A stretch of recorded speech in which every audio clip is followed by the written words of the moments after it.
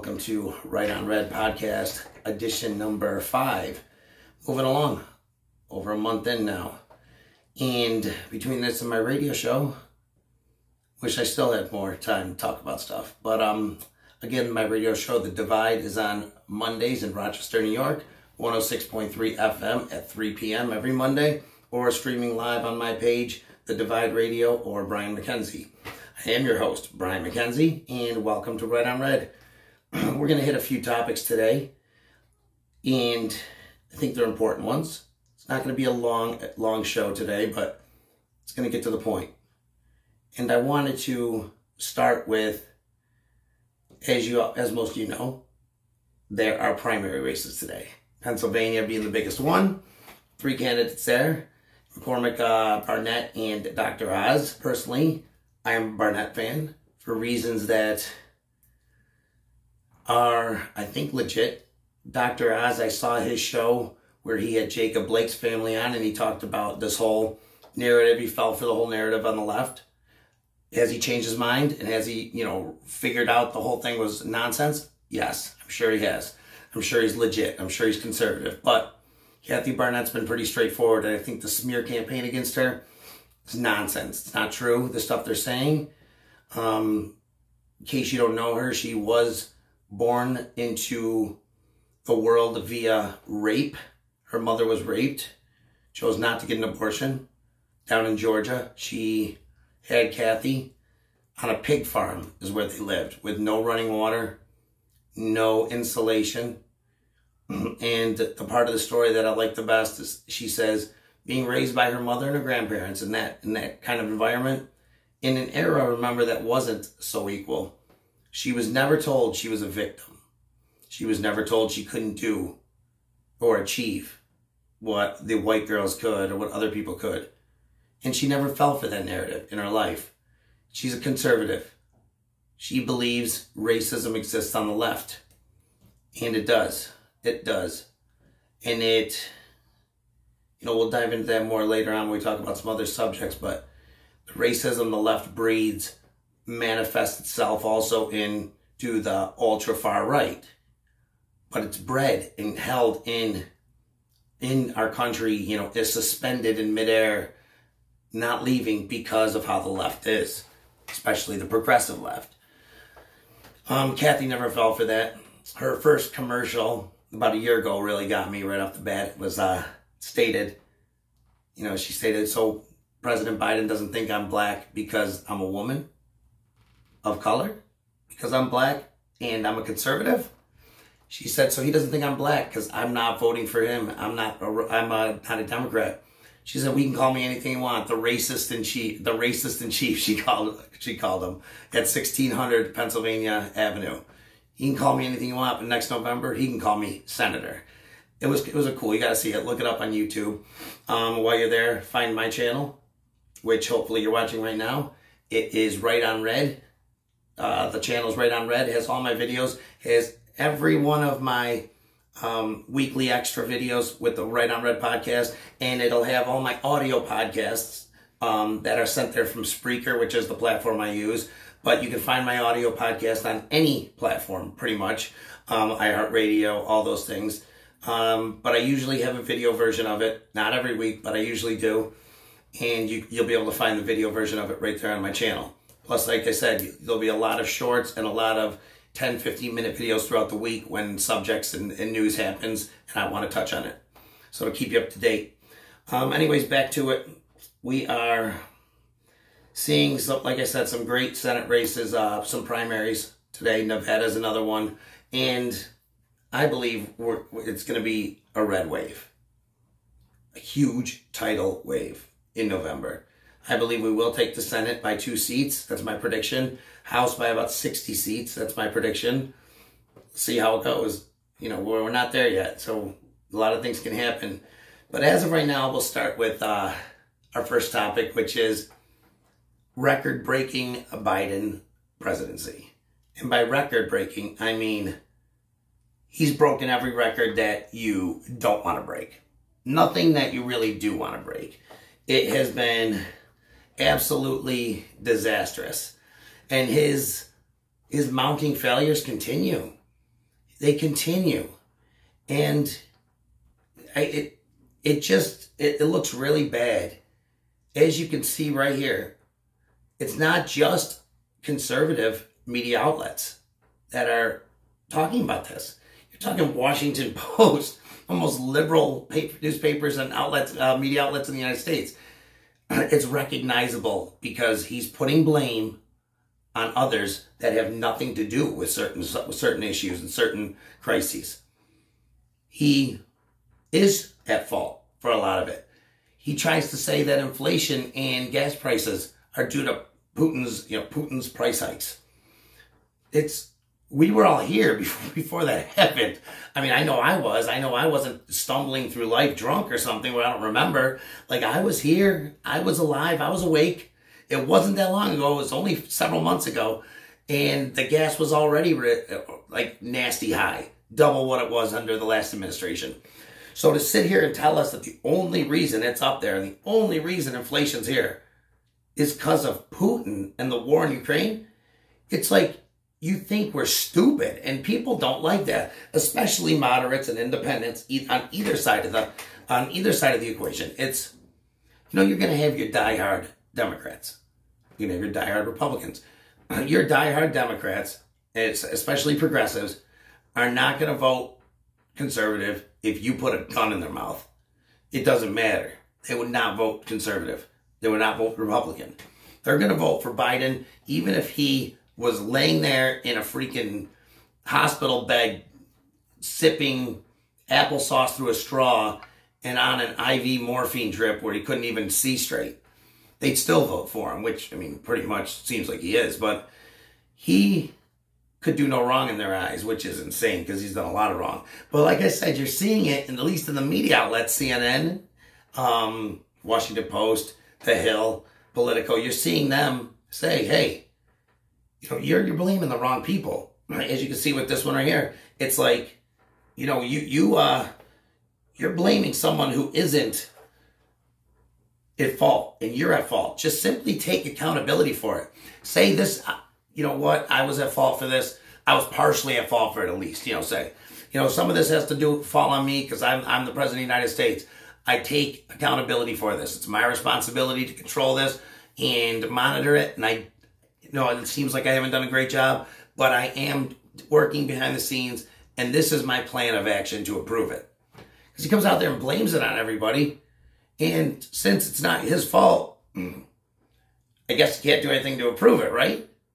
I mean, if something is not your fault and you have no control over it, how can you improve it? So when he tells us, I got ways I'm going to make it better, but I thought it wasn't your fault. I thought you had nothing to do with it. That's a joke. I hate to say that. It's just it's infuriating with the new Ultra MAGA. Don't worry, I got my shirt. So I'll show you next time. But he single-handedly just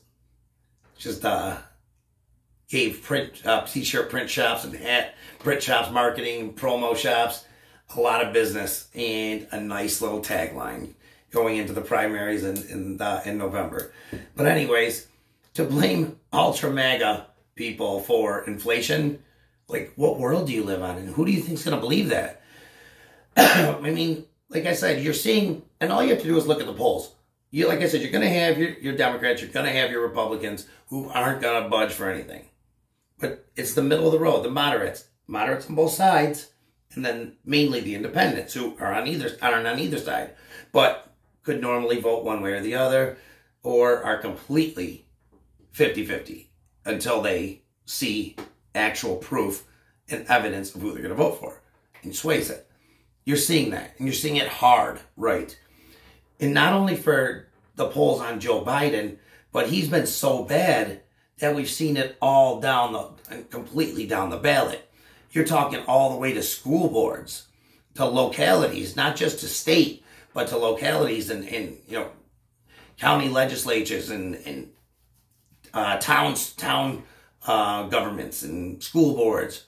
Hell, there's probably schools that are voting for its president, student president, that are weighing in on who likes Biden and not going to vote for them. He's been that bad. So, I mean, it's been pathetic, and it's sad.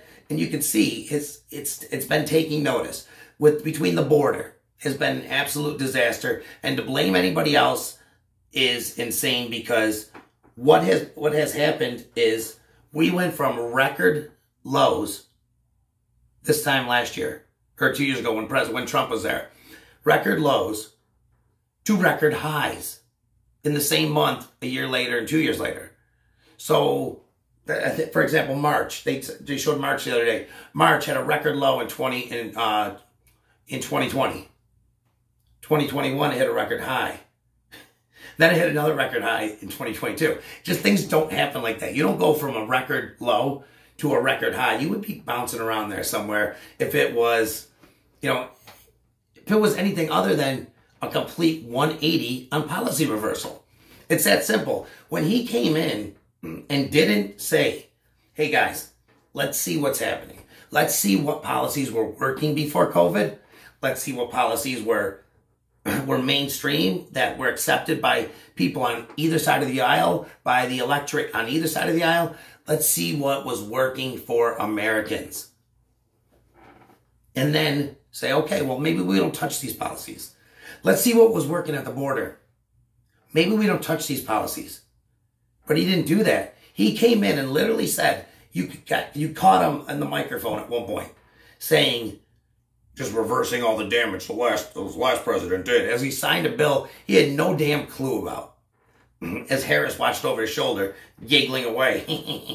It was insane. It was insane to watch, and you knew what was going to happen. Trump told us what was going to happen. Like him or not, the fact of the matter is everything he said has come to fruition. People laughed at him when he said Hillary's campaign was spying on him. They were. It's proof now. It's proof now. It's a fact. They laughed at him when he said he'd get a vaccine in 10 months. He did. They laughed at him when he said the Russian bounty was misinformation and bullshit. It was. They laughed at him when he said Russian collusion was complete nonsense. It was.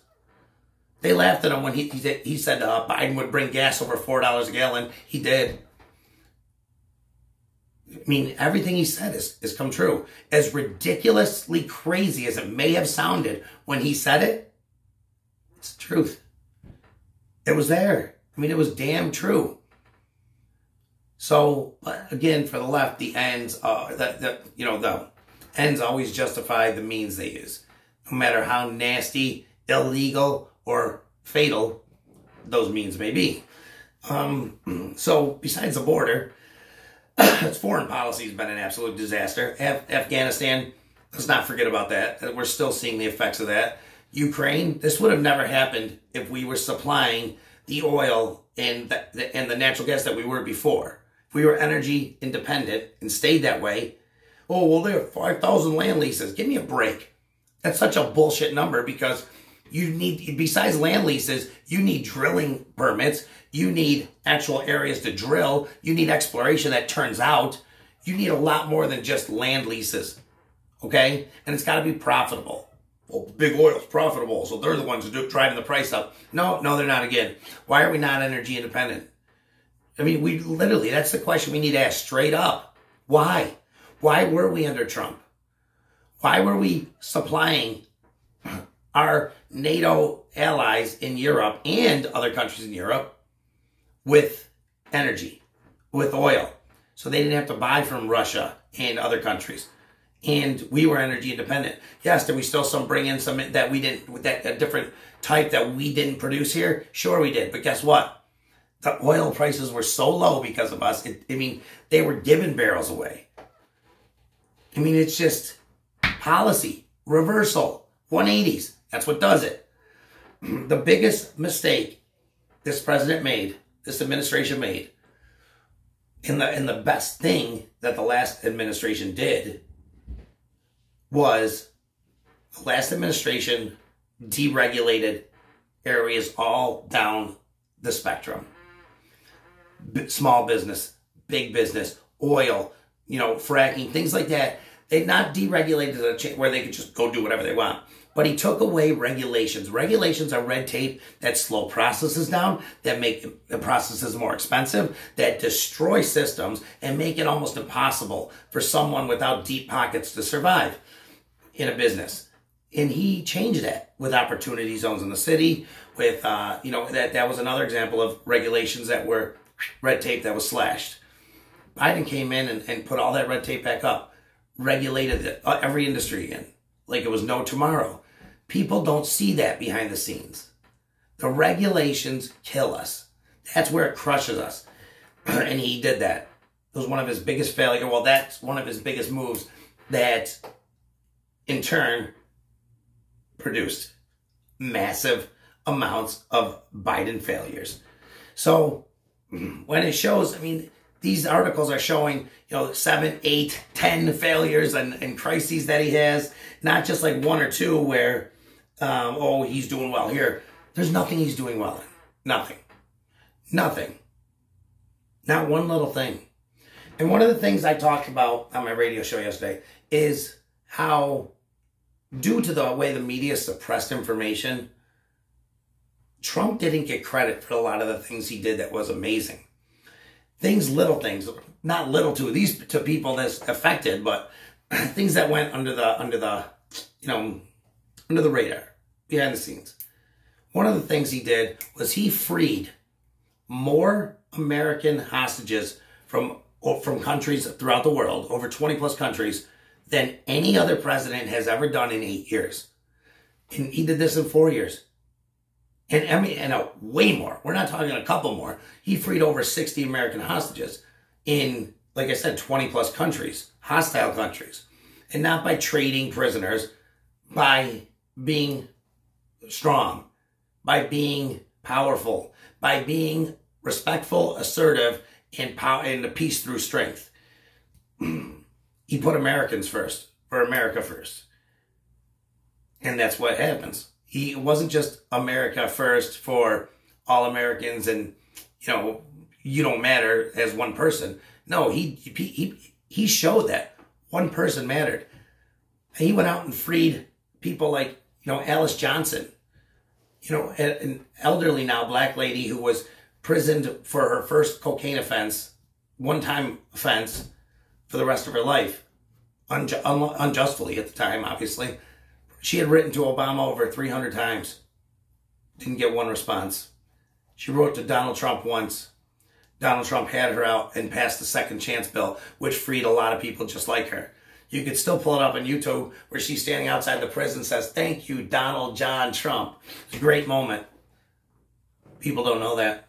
People don't know that when he freed American hostages, the only people that knew what he was doing until it was done was the family and him and a couple other people in that room. And once it happened, boom, he got that family on the phone and told them exactly what was going on before he told the public, before he told the news stations. Tell me that's not awesome. How many has Biden freed? I think Brittany Griner's still over there in Russia. And give me a break.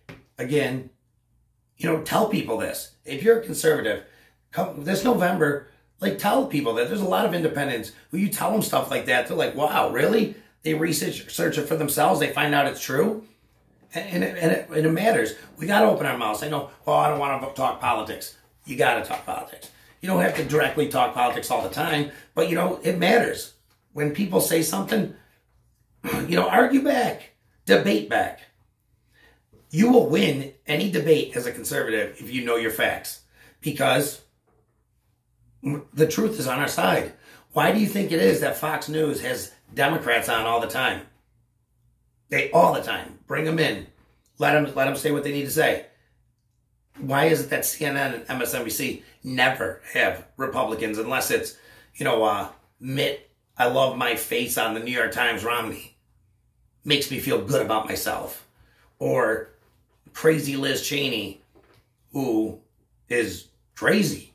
Or Adam, I can't sit still because I have ADD Kissinger. Those guys are the only ones you'll see because they don't have to debate with them because they're already basically, bending down to the Democrats left and right. They'll never have a Republican on that's actually going to challenge them. If you watch the Clay and Buck show, or listen to the Clay and Buck show, which is on now during the time Rush was on, great show, during the day on Rochester, it's 1180 a.m., and it's on at noon till 3, where if you live in a different city, it's probably on a different channel. But if you listen to them, Buck was a CIA agent. And then when he retired from there, he was the resident anti-terrorism consultant or advisor or whatever for CNN. That was his job. Then he became the resident Republican conservative who they wanted him to come in and debate some issues. But if you watch the clips of him debating, he just straight up destroyed the hosts and destroyed the other guests that they had on that were liberal and Democrat and progressive. So they ended up kicking him off and he's not ever allowed back on there again, which I think tells the whole story right there.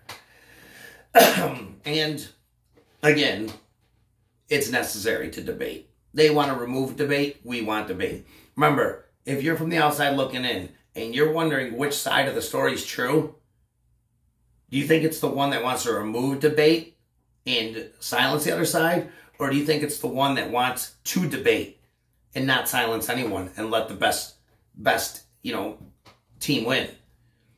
I think it's the second one, obviously. It's not hard to tell. I mean, if you have two friends and one's like, well, don't tell the other one this, but this is what happened. And the other one's like, hey, let's confront them. Let's go. Let's talk about it. All three of us, because this is what happened. I'm going to believe that one. I'm going to believe the second one. I'm going to probably be in his corner or her corner, whatever. So, I mean, it just makes sense. So back to Biden's failures. We could talk about them all day, but we're going to end here. Biden's failures are massive, as you can see. It's disgusting. It should lead to a blowout. It's good in the sense that it has shown how inept the progressive agenda is, because that's what happened. He 180'd the Trump policies. He folded to the progressives. He got in as a moderate, folded to the progressives. Progressives are not the biggest chunk of the Democratic Party. As a matter of fact, they're much smaller than moderates in a number of people. But they're the loudest, and they will put you on blast. They'll try to cancel you. They'll make you miserable. They're that friend that, when you're helping out, tells everybody you're the greatest thing in the world, but as soon as you say no once, they're telling everyone you're the asshole. That's the progressive side. You can agree with them 100 times. If you disagree with them one time, they're going balls to the wall to take you down. So he's scared of them, and so is his staff. Plus, the staff's very progressive anyways. And they've been obviously the most radical administration that ever has been in the presidency, in the executive branch, ever. And because of that, they've had the most failure of any executive branch in this amount of time ever as well. I mean, at this point during the last administration, we were talking about he was a shoo-in for another term, that Trump had what he has done. We were talking record low unemployment for the, every demographic, every race, every gender, record low poverty rates, record high job market, record high average wage, an average wage that actually moved up, adjusted for inflation for the first time since 1964. How about a black poverty rate that was going down for the first time since 1972? It's going back up again, just in case you want to know. Lowest black unemployment rate in the history of the United States. Guess what? Right now, the only unemployment rate that's going up, thanks to Mr. Segregationist in the Oval Office, is the black unemployment rate. It's going up. The other ones are going down. Why is that, Mr. Joe Biden? You care so much. Why did Trump have it at a record low and it's going up now for you? Answer some questions. He won't. He'll blame it on someone else. But again, all it takes is 2 minutes of research and Google searching to see that what he's saying is a lie. These places see it. Washington Post, The Hill, Newsweek, they all see it. They're saying it. Independents see it. That's why the polls are the way they are. That's why 84% of independents are going against Joe Biden and the Democrats right now. It's a massive amount. That's why he's got a below 50% approval rating with Latinos and African Americans. No Democratic president has ever had that in the last 50 years. So it's showing. Not to mention the Republican Party, the new Republican Party, is extremely diverse. Extremely. The 17 seats we took in the House in 2020, 16 of them were minority or women. One was a veteran. This year right now, 2022, The people running in the Republican Party are every nationality, every race, every gender, every sexual preference. That's diversity. Without forcing the issue, it just comes. When you write policy that is good for everybody, when you respect everybody equally and judge on character like Dr. Martin Luther King wanted, it just comes. And that's what's happened. No longer as the Republican Party, the party of the old stiff white man. No. No, not at all. It's extremely diverse and in a real way. We have not just different colored people. We have different thoughts, different ideas, different backgrounds, different, ways people were brought up. And it's not just, well, Biden picked his cabinet. Well, I need a gay man for this. I need a black woman for this. I need a gay black woman for this. I need a gay white woman for here. I need a black man for here. I mean, it was disgusting. Disgusting. Trump's cabinet was extremely diverse without doing that, picking the best person for the job. Get all the candidates. Pick the best person for the job. Just don't ever exclude someone for a physical characteristic or for any other reason. Let everyone apply. Let everyone be considered. Pick the best person for the job. If you do that, diversity will come. It will come. But not with Biden. But anyways, because of these failures, because of the way Biden is, because of the way the progressives are, and Biden is just a vessel for progressives, so we'll just mush them two together. The progressive failures are mounting huge. And it's so blatantly easy to see that they won't work, they can't turn around. And this November, it's going to show. And I'm excited about it. I'm very excited about it. I hope you are too. So please, between now and November, talk, debate, post on social media. Don't be afraid to share what you think and what you know is the truth. And how we love this country and the Constitution and the Bill of Rights. And we believe that everybody's equal regardless of how they look or how much, how dark their skin tone is or how light their skin tone is or what their eyes look like or what their sexual preference is or whether their gender is this or that. We don't care. Doesn't matter to us. What we care is, are you a decent human being? Are you a good human being? Yep, I think so. So anyways, with this massive amount of failure and with this absolute exodus from the left and from the middle, especially over to the right, and from the minorities that the left had always taken advantage of, with that comes a party that's not going to give up on the left. And they're going to throw everything they can at. And I'm not, now when I say this, don't think I'm minimizing anything that happened the other day. Because I want to jump into that right now. And that's what happened in Buffalo. Okay, what happened was disgusting. It was a racist, ignorant, evil, just piece of dog shit doing something that 99.9999% of people on this earth would never do. And it disgusted me. It literally took my appetite away when I watched part of it. It was god-awful. And I hope he rots in hell. And he will. He will for doing that. Because those are human beings that he was shooting. It didn't matter what color they were to us. Human beings are human beings. To him it did. And that's what happens when color matters. And now, Joe Biden right now is in Buffalo, which he should be, because it was awful and they need to heal there.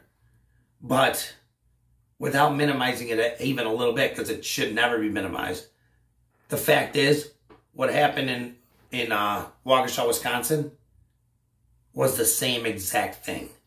It was evil, ignorance, racism, hate that protruded from a man of a certain color, that his hate for people of another color, of another race, so much, it just got so bad that he decided he was going to murder 6 people women, elderly women, children, the most vulnerable people in our community. He drove a car over, and the facts came out, and he drove hundreds of feet with an elderly woman on his car, on the window, begging for him to stop. Laughing, just like the shooter in Buffalo. And they did it for the same exact reason. You could literally take, they both posted the same types of things. Their manifestos or whatever, their diaries, stated the same ignorant, racist crap. And you know what? I was so happy when Joe Biden showed up. Oh, wait, he didn't show up there. He didn't even plan on going there. Didn't even make an attempt to go there. You want to know why? Because while the rest of us see it for what it is, evil. Evil. Doesn't matter. Evil lives in every race, every gender. Evil lives in the corners of the worst of every single subgroup of this earth. It's the very minority amount. We're talking about the 0.00001% that would do that of each group. But it's in every single color, race, everywhere, nationality, whatever. It's there. And we've seen it. We've seen Latinos do it too. We've seen black people do it to Asian people. We've seen white people do it to Latino people, or Latino people do it to black people. We've seen it. We've seen the hate from one person of a certain color or race to a group of others of another race or color. We've seen it for people do it for religious reasons, because they're not Muslim and they are, because they're not Christian and they are, because they're not this. We've seen it for so many reasons. And it all should be completely condemned the same, and it all should be battled the same.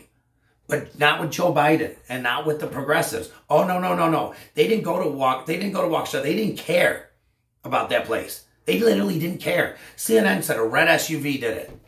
Literally, on one of their news stations, they said, or one of their programs, they said a red SUV did it. Didn't even talk about this man right here, who's the one who did it. Didn't even talk about that. Didn't even talk about it.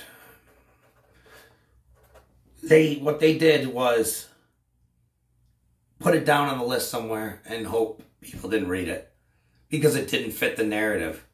Because it didn't fit the narrative. You know what the narrative should be? There's hate everywhere. And us as good people, when we stick together and we don't divide into white, black, brown, whatever, or Christians, this, when we don't divide in all these little subgroups like the progressives want us to, we bond together, we can overcome that hate a lot easier. Because if we start pushing away people of a certain color, because we think everyone's just we're just as bad as anybody else. Maybe we don't kill anybody, but we're just as bad as the next racist person. It's disgusting what they do. We're gonna white supremacy will not have this last. Yes, you're right. White supremacy is disgusting, and you know who hates it? The Republican Party, just as much as you do. So shut up. We hate that shit, and you know what? We hate when people like BLM hate white people and talk bad about white people and say that we're the scum of the earth and we're oppressors and we're the ones that keep everybody down. We hate that too. And you should too, because it's all racism. And you can literally take the article from Buffalo and use it for the Wisconsin, because it was literally the exact same thing. But he made no trip there.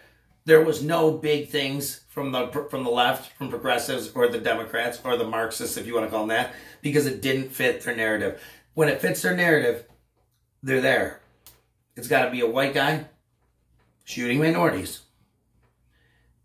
But in reality, racism means you have a opinion of all people of another race other than your own that's negative or prejudged or whatever, and it doesn't matter if you're a minority or a majority. It's racist to hate people of a certain race just because of their race. It's common sense. So, of course, this is a horrible tragedy, and the Democratic Party is going to use it for their advantage. They're going to use these poor victims and their families as props for them to try to get some votes back. It won't work. It won't work because people have seen through them. I mean, look at all this. Look at it says right here. Biden goes to Buffalo, but didn't go to Wisconsin. Biden went to Buffalo, but didn't go. Everybody noticed it. That's not just Fox News saying that. That's not just Fox News. That's some liberal stations right there. It's very well known what they hope for. Do you remember the Veritas Project? Well, CNN, there was someone on CNN, caught saying when there is a mass shooting, they're literally on the edge of their seats hoping it's a white guy shooting African Americans or minorities, because that works. That narrative works. And that narrative sells. That narrative gets viewers. That narrative pushes their agenda. That's disgusting. You look on YouTube, you'll find it. Project Veritas. It was stated. That's disgusting. So when Biden sat there and said all that today, all I thought was, what about those families in Wisconsin? What about the other shootings that didn't fit your narrative, so you didn't care about? So you sat home and drank warm milk and talked freaking pillow talk with Jill instead of getting up and going to where it was at.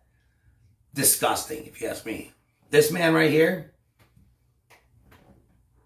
is just the same as this man right here. They may look different, but their hate is exactly the same. Their hatred is exactly the same. Their thought process is exactly the same. And their overall way of life and what they do and what they feel and what they did ultimately is exactly the same. Remember that. And don't let the Democrats or the progressives ever make you think differently than that. Anyways, so I had to touch on that because, I mean, that was just such a big thing. It really was. It was just something that they want to exploit,